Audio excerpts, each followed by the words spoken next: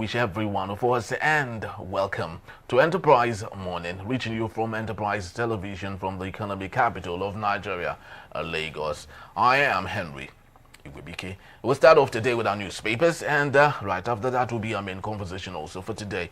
Please do well to be part of what we do. Have a say in what we say. You can always find and reach us at enterprisetvnews.com. You may equally like, comment, and follow us on all our social media platforms at Enterprise TV7.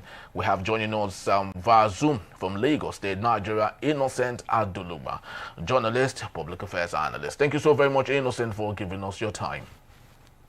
Good morning. My pleasure to be here. Thank you so very much. So let's start off with the Daily Trust newspaper. We have a laundry list of interesting stories here. No automatic tickets for National Assembly members, and that's coming from the APC. On the bottom strip of the Daily Trust newspaper, Tinubu Matawale should be commended for reinvigorated Navy. And also on the same newspaper, we have parents seek alternatives for a prolonged FCT teacher strike. But our talking point we would love to head on to from the Daily Trust newspaper.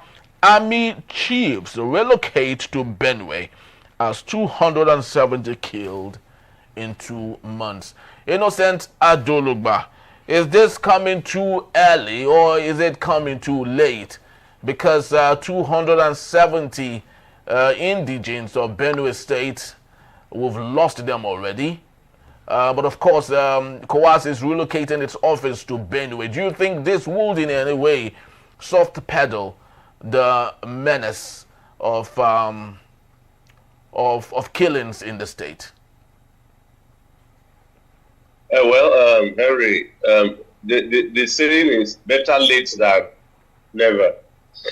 So it's already late, but it's late is better than never. We need to thank Chief of Army Staff Lieutenant General Lufemi Oluyede. Excuse me, on Tuesday, yesterday, he has, as we can put it, temporarily relocated to Benue. I'm hoping that he will not sit at Makodi. I've already seen pictures of him in the media with the governor. The bandits are not in the state capital. The bandits are in the hinterland, in the bush. And yes, it's good he's there in person, but I don't think he is the one that will lead the attack into the forest. I don't know how equipped they are. We want to see drone pictures of that panoramic view of the Benue bush farm and all. And then you are picking out the headsmen. You cannot, like, imagine this is how do I put it, Mowe. And then you enter the bush from Bega, you are chasing them. You know, we need strategy. And I also hope this is going to be impactful. Because I'm usually concerned when you arrest headsmen in the morning with evidence of what they've done wrong. In the afternoon, you say they've repented, you release them, and they are back to where they, I don't want to hear of that kind of cycle. Congratulations and kudos to President Bola Ahmed Tinubu. This is a move that underscored his concern for the value of life. But other people are briefing the General Luyede. Leading that delegation is the Toti, Brother James Ajafse. There was also the Chidoma, Dr. John Elaigu. I think at that place was represented by Chief John and there are other chiefs from the Igede and all of that. We need to hear a different story in Nigeria security that is out there to do a job, and then they do it ruthlessly well, Harry. Very true, Innocent. When it comes to the method of operation as carried out by the military, they've always advocated for kinetic and non-kinetic measures of dealing with the issue. The issue between herdsmen and farmers in Benue State particularly is a perennial problem. That is more of a communal issue of feud between herders and farmers. So do you think this would have a lasting solution, knowing that the warring parties live together, they live in the same community, they do things in common? Do you think it's ever possible to have a lasting peace in a kinetic measure? Henry, let's be very careful of propaganda.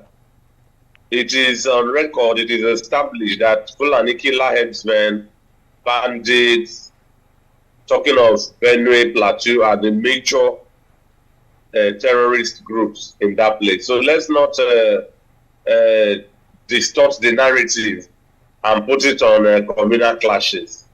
You know, if you look at Benue, about 23 local government areas, 10 local governments alone have recorded over the loss of 270 lives, you know.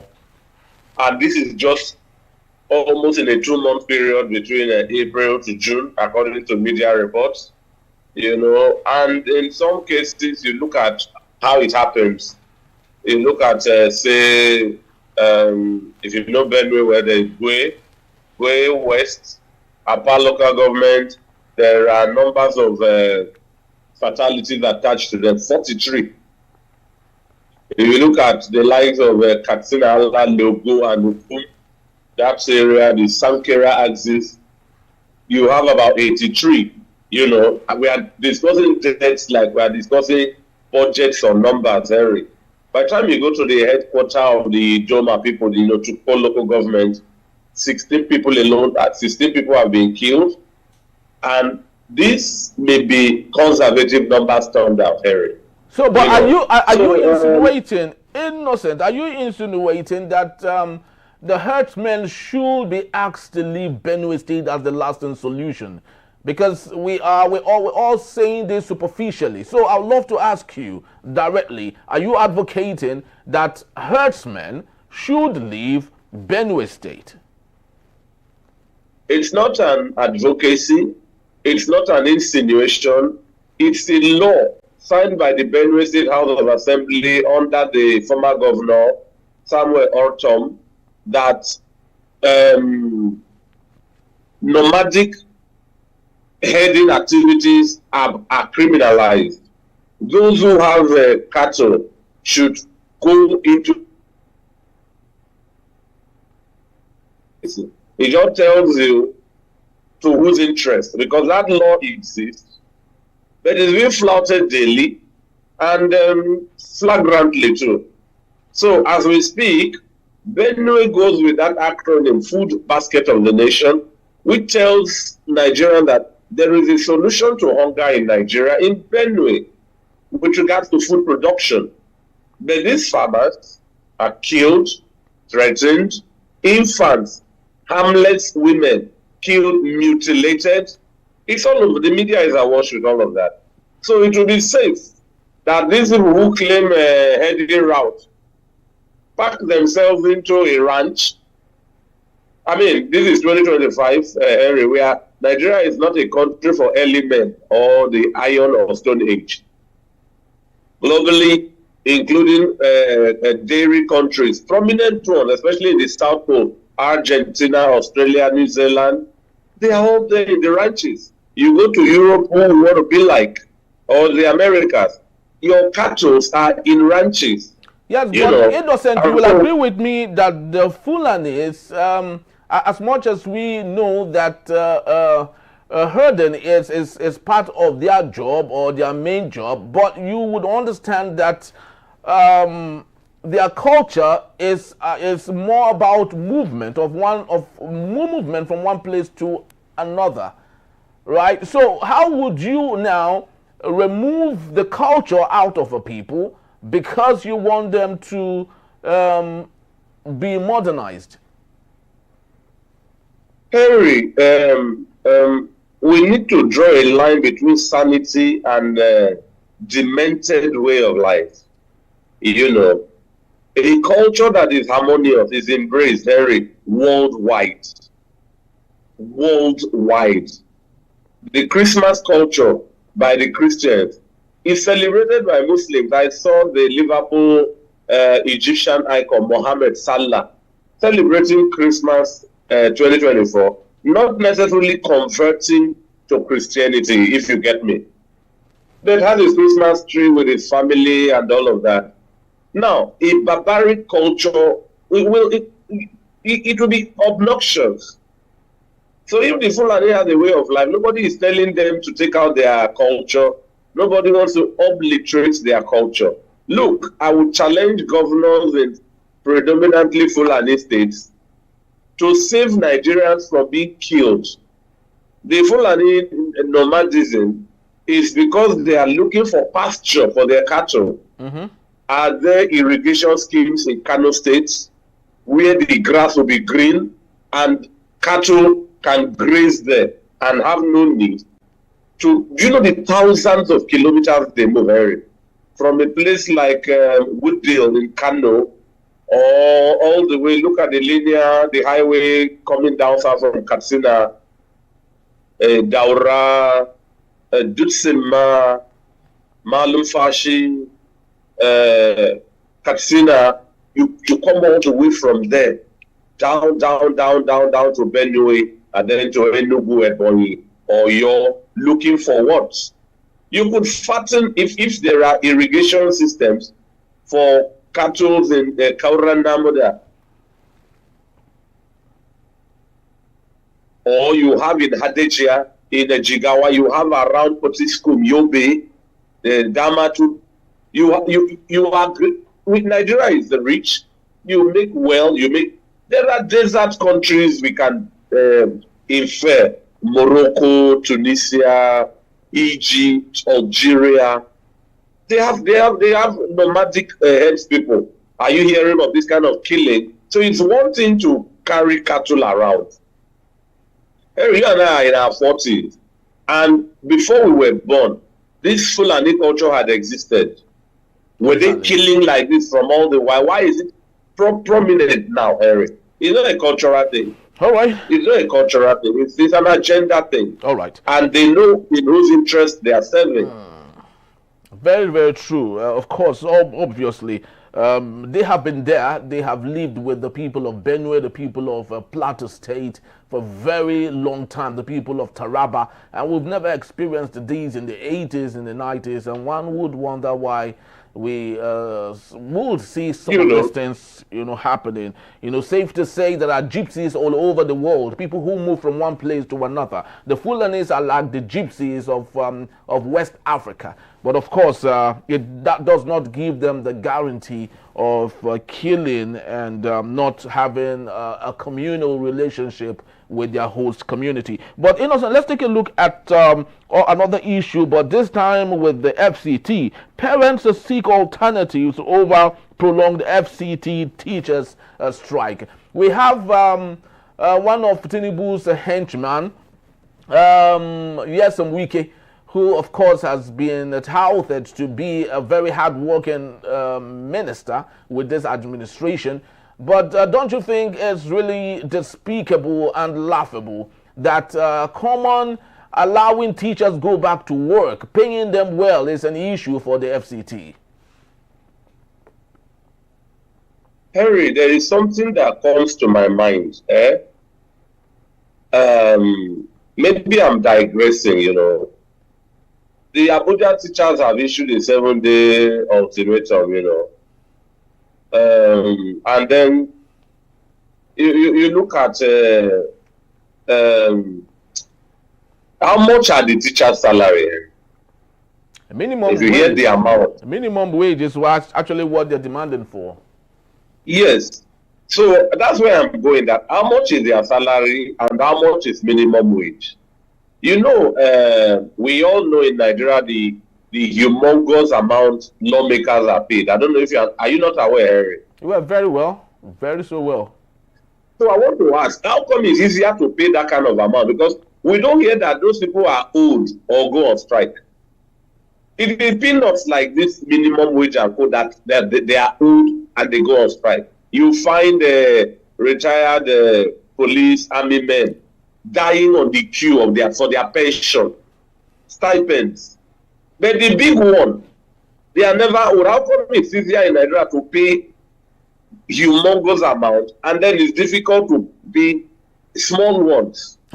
What is the process? What does it take? Do they need another teacher like the core member who cried out to do a video because her cry had gotten the right reaction and response?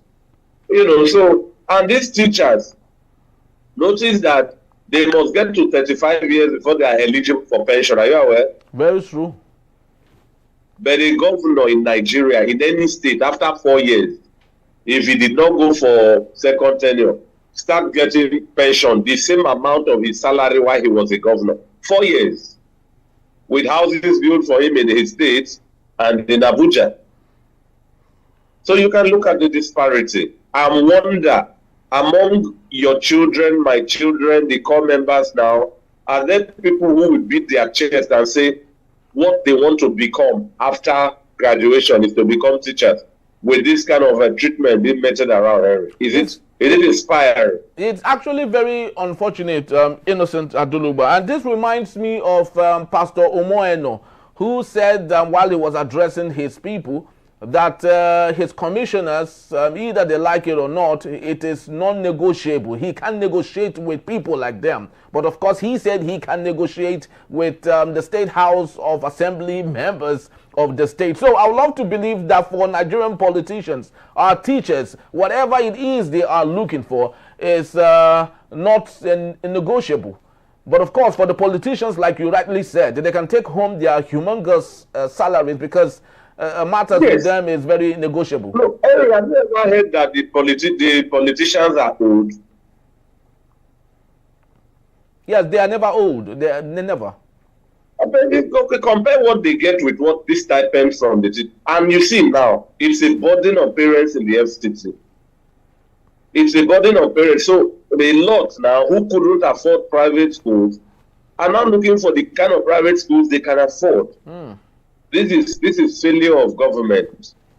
And this, I don't know, was this mentioned as part of the achievements of the midterm of the president across 2 years for education? Of course, it wouldn't be mentioned. It would not be there. You know, this is the sad reality. And while we have lots of budget for the FCT, we hear some weaker constructing here and constructing there. But as minute as ensuring that teachers in the FCT, the vulnerable amongst us, are able to get their salary so that children whose parents cannot afford private schools can send their children to school, they are all being deprived. And this might not really be significant now, but in the future, innocent, then you would begin to see the repercussions of some of these things. You know, most definitely.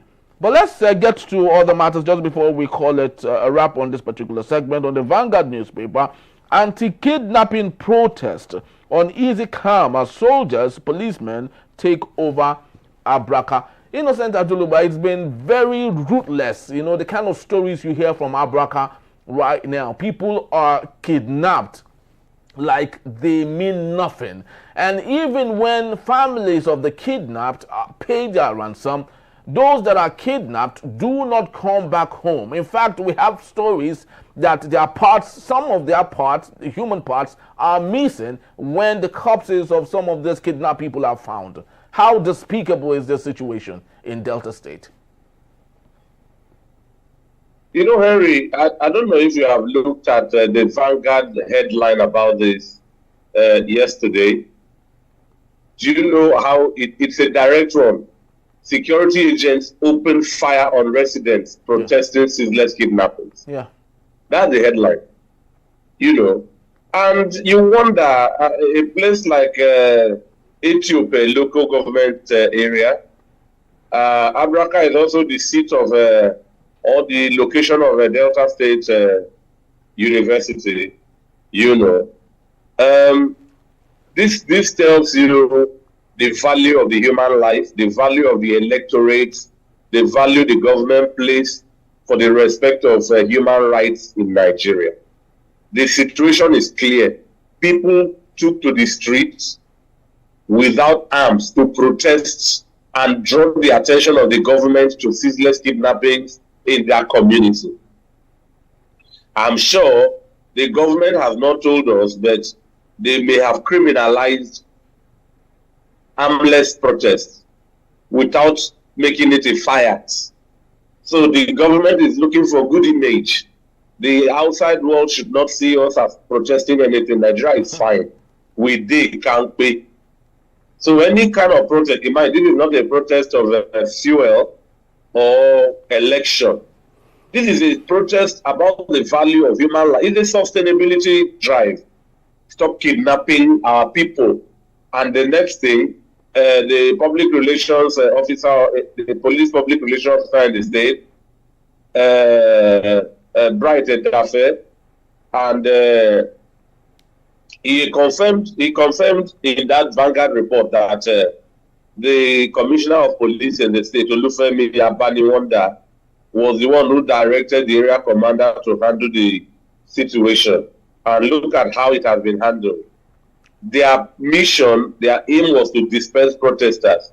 The protesters that converged, what harm did they constitute for you to go to disperse them, leading to gunshot? Because if you disperse a protester who does not want to leave, you will feel, since you are carrying arm and your voice did not give, Bertrand Russell says power is the ability to produce intended results. The elementary definition of power in political science is power is the ability to compel somebody to do what they would not have done. Bertrand Russell says power is the ability to produce intended results. And these military people were carrying arms. Their aim was to disperse the crowd. The crowd refused to yield to their vocal instructions, and they used arms to produce intended results. And the rules of engagement, force must be the last option. Now, in what way did we get to force? Yes.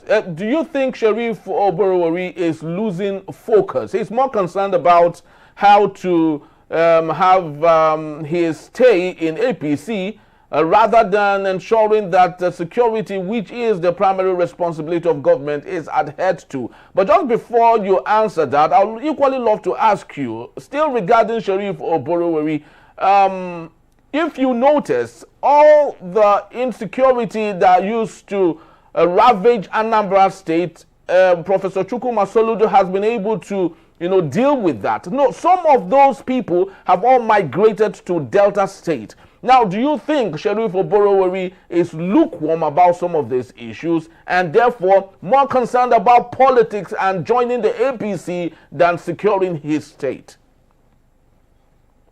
Henry, we both know that politics is at play in Delta, but the kind of government we run in Nigeria leaves much to be desired. Does Sheriff Oborowori control any Delta State police? Let's cut him some slack.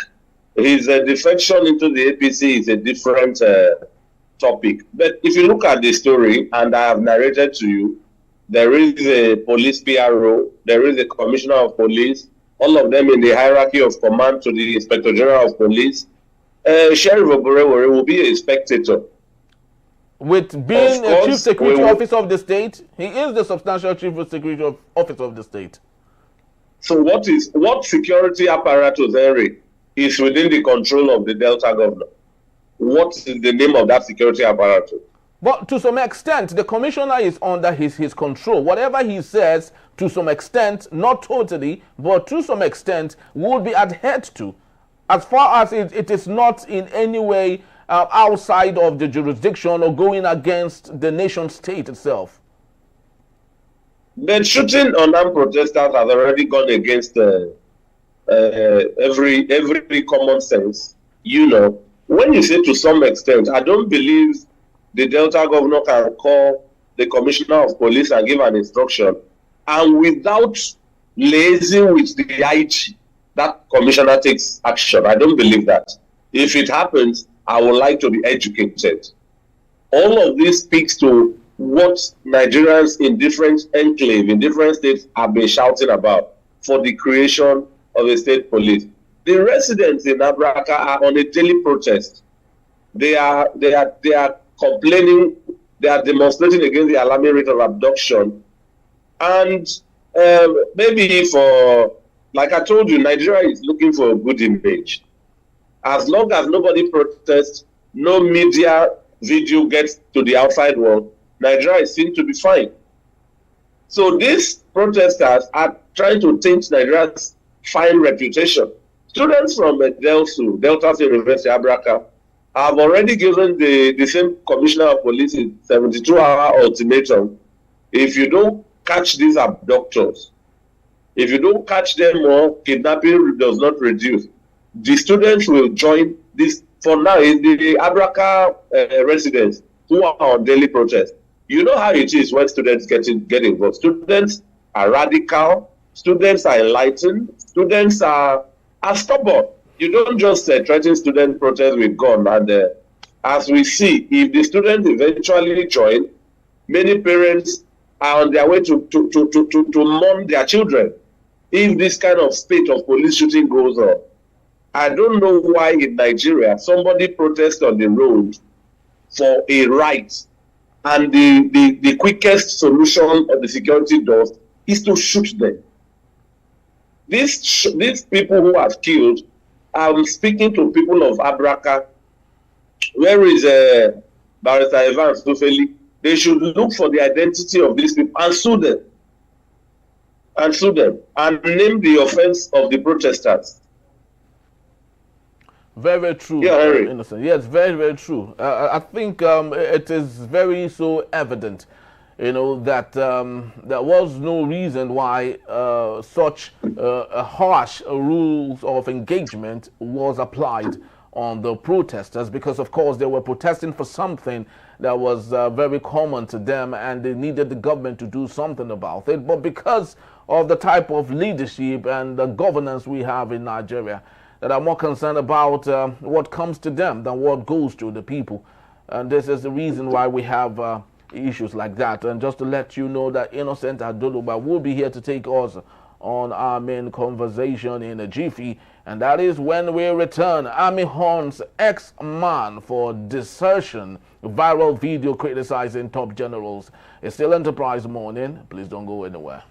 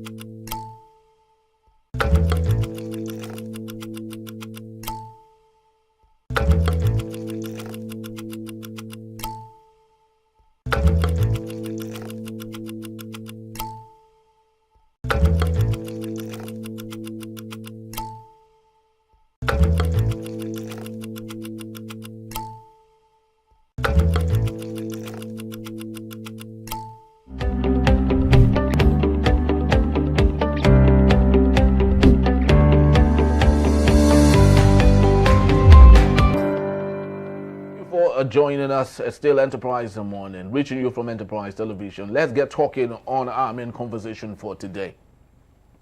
Lance Corporal Festus Igenkai, known as Exman on TikTok, is under investigation by the Nigerian Army for desertion, misconduct, and breaching military social media rules.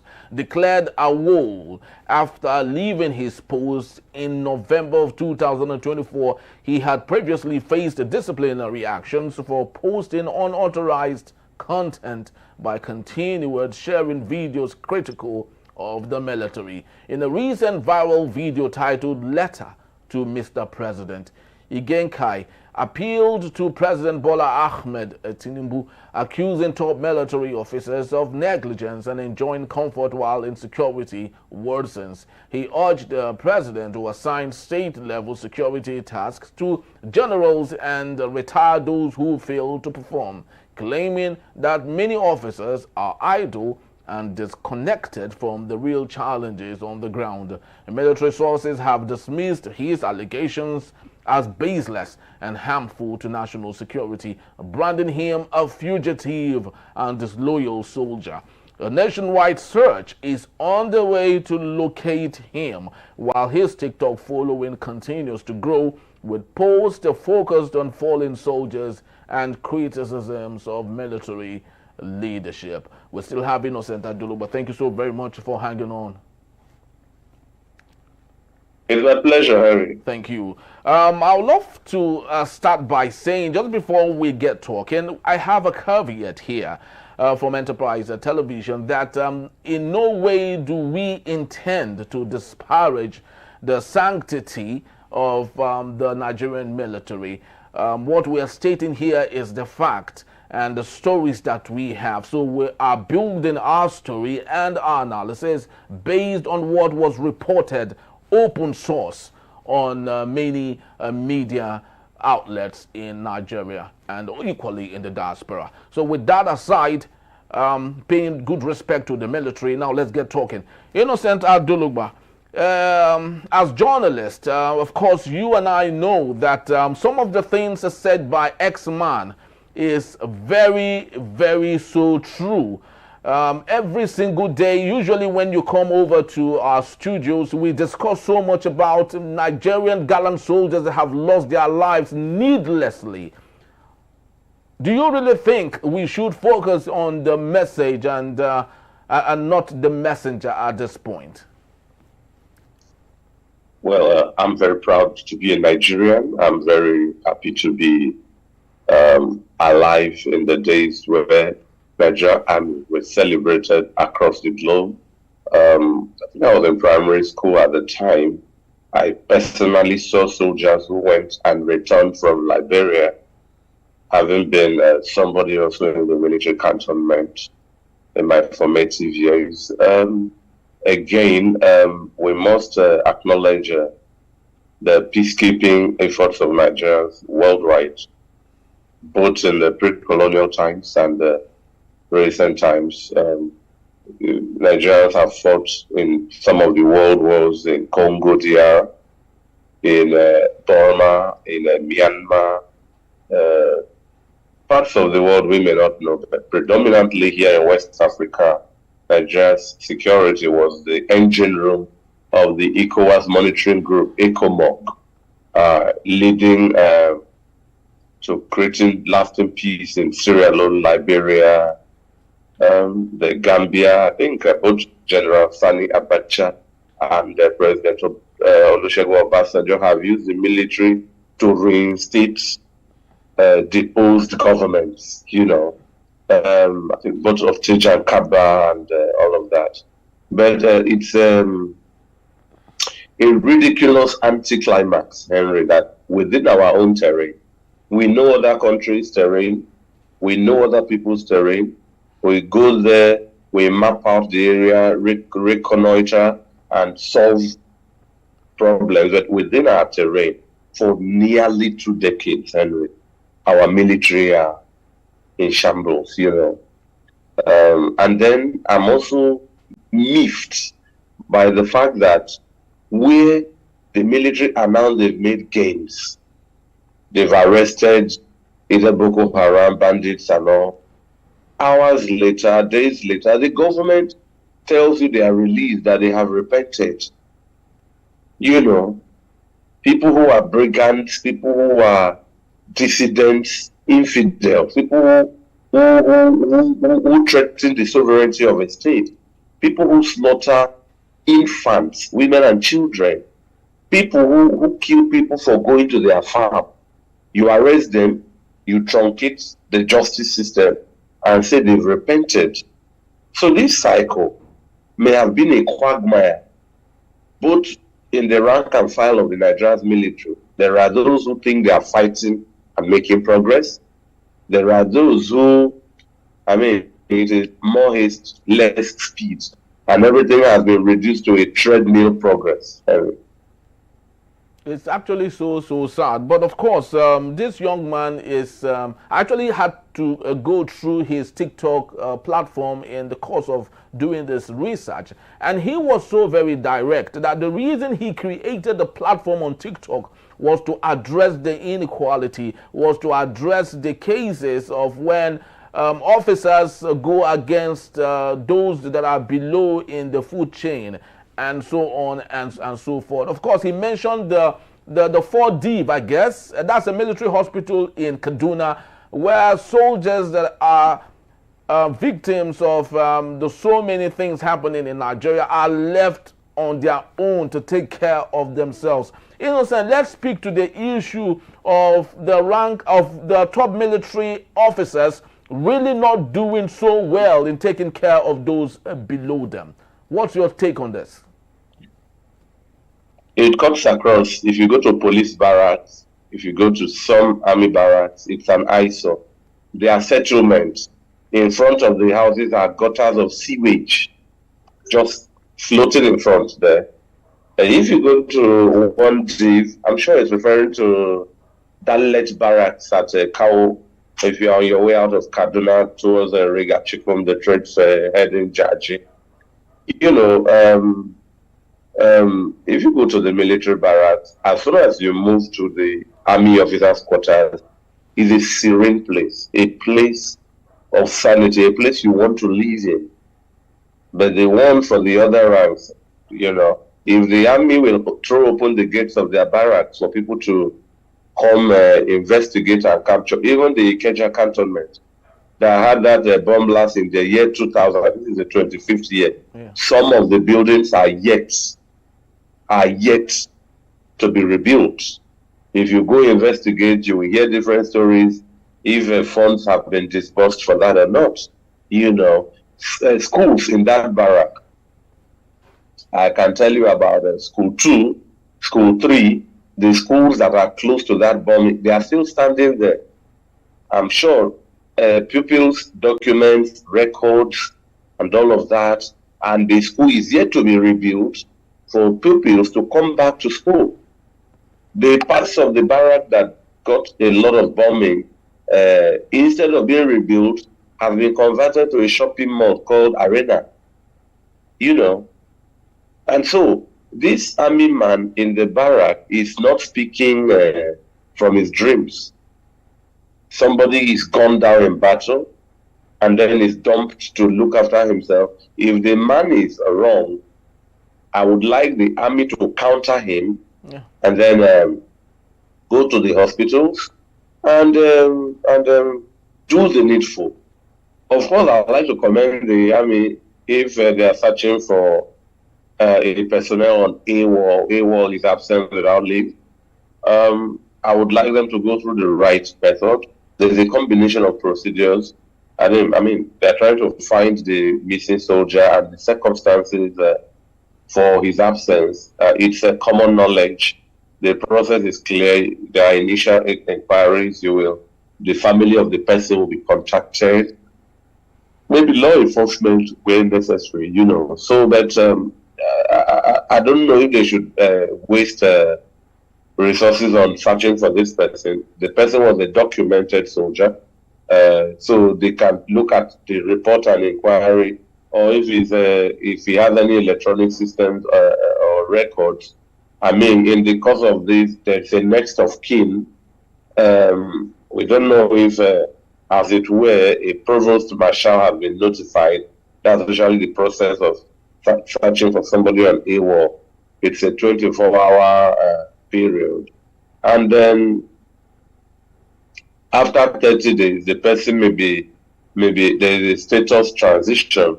The person's status may now transit from AWOL to absent unknown or duty status whereabouts unknown, depending on where the investigations lead. But Henry, that man, if he is lying, I would like the military to come out and refute what he is saying, and then show us how people's children who are shot, people's husbands who are shot, are being treated. Notice that recently there is that noise, there is that media release that Nigerians are now reluctant to join the army. Very well.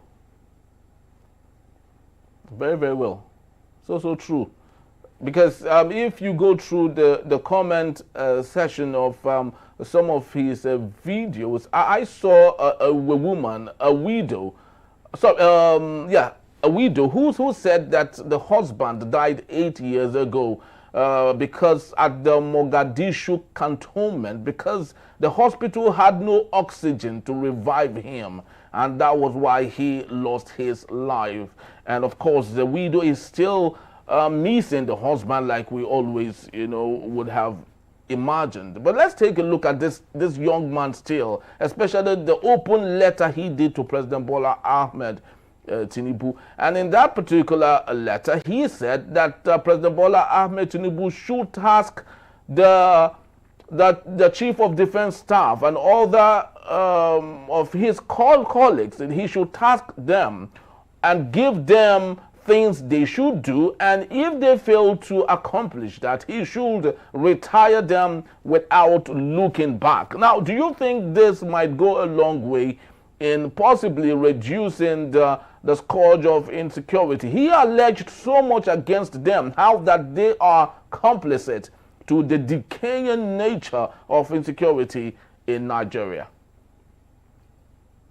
When we started, we were full of praises for Nigeria's military of yore. Henry, it's not the same anymore. It's, I don't know, and, the military of these days, Henry, you know what military can be now. Military are custodians of the security of a country. The ones we have now are, if you compare them to I thought with regards to advancement, with regards to technology, as the years are going, there are improvements, but here, it's rather a deterioration of what the perfect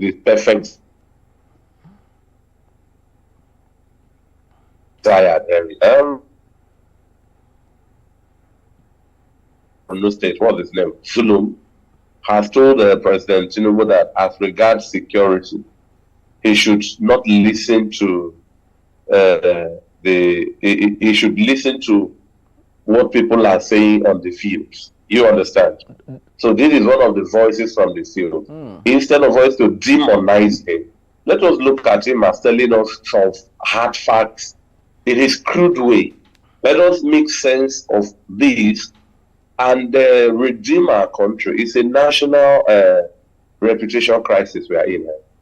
Very, very true. Innocent, of course, like I did say in my opening statement, we respect the sanctity of that institution called the Nigerian military. But at the same time, let's speak to issues of loyalty in the military. I do not know what goes on there when someone desires to enlist himself into the military, whatever it is he is asked to sign, the things he is supposed to do and things that he is not supposed to do. But do you think that the Nigerian military, as much as they respect loyalty, do you think it is against for someone to not speak his mind, especially when issues of national interest like this is experienced, for junior officers and the rank and files not to speak up their mind? Do you think that law that they have immunes anyone from not doing that?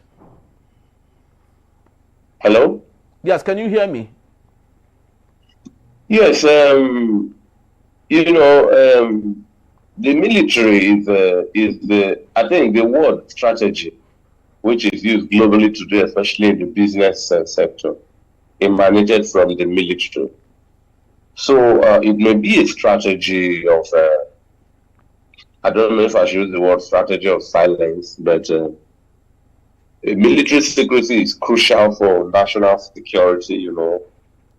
If the opponent already knows your tactics, I mean, Henry, what's the value of so it kind of provides a shield for or against adversary that gives advantage in operations, if I should put it that way. So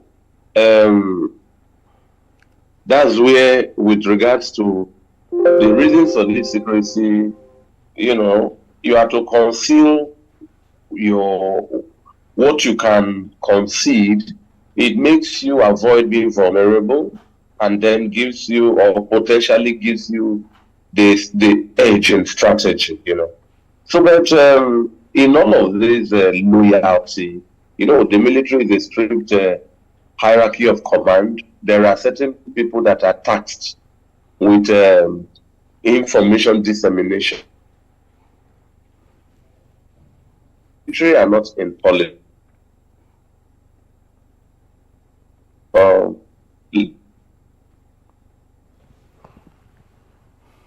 Erroneously released or propaganda, so that, I mean, all of this military secrecy helps to prevent leakage of sensitive information and ensure the integrity of the classified programs and operations. But it does not mean that people should be quiet in the area of maltreatment, like this man is telling us.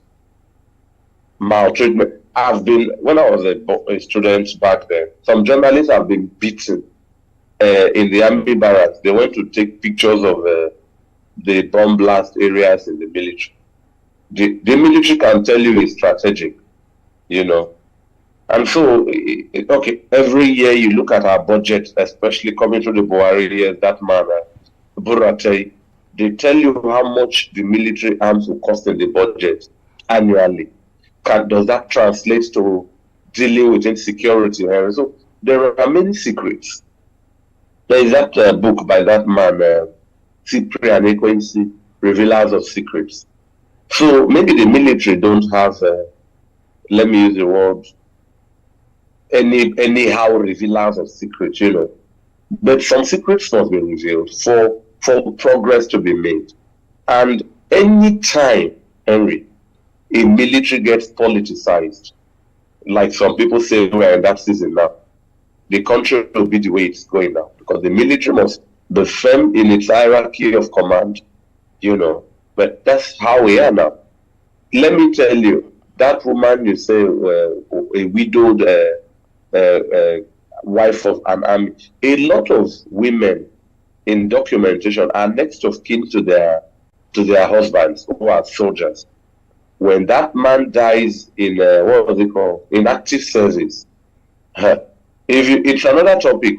It should take a documentary, maybe of women rights activists, to go into the barracks or and interview women whose husbands die in active service. How they toil in laying their hand on their husband's gratuity. Anyway, it's a big topic we are on, and it skips and overlaps, It's actually a very sad reality, Innocent. But let's take a look at the communal human relationship between those at the top and those at the bottom of the chain itself. How do they live together? I do not know, especially with Nigeria and maybe Africa. This grotesque desiring for respect, do you think that is the best way the military works in other parts of the world? Because if you take a look at Nigerians serving in the US military, in the UK military, they come to give testimonials how their junior officers okay, how they commune well with their senior officers. They eat on the same table. They do things in common, but of course, they respect the sanctity of the position of the senior officer. And the senior officer does not in any way look down on the junior officer. But in Nigeria, it is two walls apart. So do you think this grotesque and old school fashion of demanding respect is the best way to go when it comes to the relationship between those at the top and those at the bottom in the Nigerian military? I think from experience, I've not been in military, but I've been in the cantonment. From experience, the army hierarchy officers, they mix well with the junior officers. But order must be established. The places for recreation for the junior officers are there. The other ranks canteen. Then you have the ones for the WOs and sergeant mess for chilling. Let me that one. And then you have the senior officers mess. Those are normal. But in the morning and the evening, they do trainings together. The one that brings them together the most, I don't know why we don't see it anymore. The armed forces games, the armed forces games. When I was a boy in Calabar, they had the annual thing. Soldiers who play football competitions across the companies. Don't let me bother you with the company division in the army barracks. They play football, volleyball, basketball, sprinting, relays, and an army officer may be running in the same team with a recruit. Talk about, for instance, you have Ashafa Powell, Johan Blake, Usain Bolt. These are world beaters in one team. And Usain Bolt, we know him as the superstar of that team. So sometimes the superstar of the race or the sport may be a low-ranking officer, but they blend well. The soldiers I watched play football, run, some of them do long jump. The same person is playing football, the same person is racing, and at that time, they mix well. I don't think the problem is within the military. The thing is, politics, one of the definitions of politics is about the shaping and sharing of power. So actually, in the top echelon, you have a General T.Y. Danjuma, is retired, very relevant. You have former President Ibrahim Badamasi, retired, relevant. General Abdul. So at that level, if General Abdul Abubakar has a squad or group that are, say, his guard, those people are already with, because they will be better treated than those who go to work daily and come back. They're in the guard or they're in the squad of Abdul Salam Abubakar, whether serving or retired, better treatment, So that way you start seeing the line, the thread of loyalty. Some of them from there, if they do well, could get a degree, could do short service to become officers. And you hear these are IBB boys, these are Abacha boys, and that dynasty is everywhere. I don't think there's anything wrong with that, but I'm for the flat, normal, general welfare, the environmental sanitation of where these people live. And look, if I want to take a dive further, some of these people are victims of no electricity. You hear they come out to go and beat those discos and genkos, So and the country should treat its military well, for the country to be well guarded. Yes, very, very true, Innocent. We can go on this particular matter. I do not know if you did see the viral video of Nigerians, true Nigerians, but serving in the Nigerian military, where they were having their lunch, I guess, and someone juxtaposed it to Nigerians in the Nigerian military having their lunch. It's a two-wall apart, obviously, if you had seen that particular viral video. But let's take a look at other matters still on this particular topic, how civilians, especially politicians, treat gallant soldiers who have dedicated their lives to securing the sanctity of Nigeria, and equally the lives of some of these politicians. Some of these Nigerian military officers have literally become domestic servants to civilian politicians. How bad is this situation, and what do you think the Nigerian military can do to get back itself on the right path and the people that it is meant, rather than becoming domestic servants to politicians who do not even mean well for most of them? Some of these soldiers you are calling servants are very happy to be doing what they are doing, Harry. For the politicians? Of course. It's an extra means of livelihood. Don't forget Professor Wole Soyinka have used that famous cliche that the government has weaponized poverty. How much is the salary or the take home of that army man? So if he has a salary, there will be stipends coming his way from that politician. Look, Harry, if that politician hears you with this your analysis, that he should stop that. You are looking for trouble, Harry. But that's not the focus of the military, because these are some very salient but little issues that have distorted the Nigerian military and has taken us, to a position that we weren't before now, especially during the military reign in Nigeria. It wasn't as bad. Let me use this word. Some of their wives are thanking God that the husbands have, and let's use the word, extra engagement. It's a big prayer point. I don't think you should go there with your analysis. But it speaks to the general economy of the country. So a soldier, even policemen, they're all over the media. Some policemen carry handbag and the umbrella for politicians right here and there. If you tell that man to leave that place, you will be in a big fight. That is one avenue of his extra income, his extra source. Those people, those are the only opportunities. Some of them have to take flights when these people fly, and travel, get lodged in hotel. Harry, don't go there. Those are prayer points for some of these military people.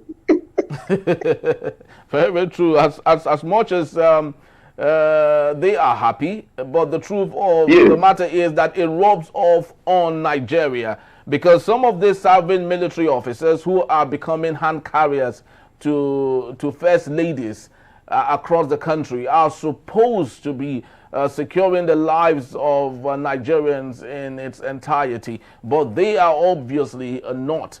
During the military era, it was a pleasant experience. Every child wanted to be part of the Nigerian military. It was the envy of every child when they see their colleagues serving with the Nigerian military in the 80s and the 90s. But of course now it's a different a thing altogether. Nigerian youths are not excited when military and entrance is even mentioned. In fact, sometimes when you see a Nigerian military who's dressed up, you just feel like, oh, maybe this one, he is alive today, tomorrow he might not be there any longer. But that is the sad reality we find ourselves. As much as it is doom and gloom, we still want to say congratulations to the Nigerian military for doing all that it had done, despite all of these issues here and there that had made it difficult for them to do their job as much as they would love to. For those who have dedicated their lives to protecting Nigeria and Nigerians, we love to say thank you to the Nigerian military personnel for doing all of that. And Innocent Abdul, thank you as always for making this a wonderful time. It's my pleasure, Eric. All right. So that's just about the time we have for today. We'd love to say thank you to you for making this a wonderful experience. Please do well to follow us. You can find us at enterprisetvnews.com. You may equally like, comment, and follow us on all our social media platforms.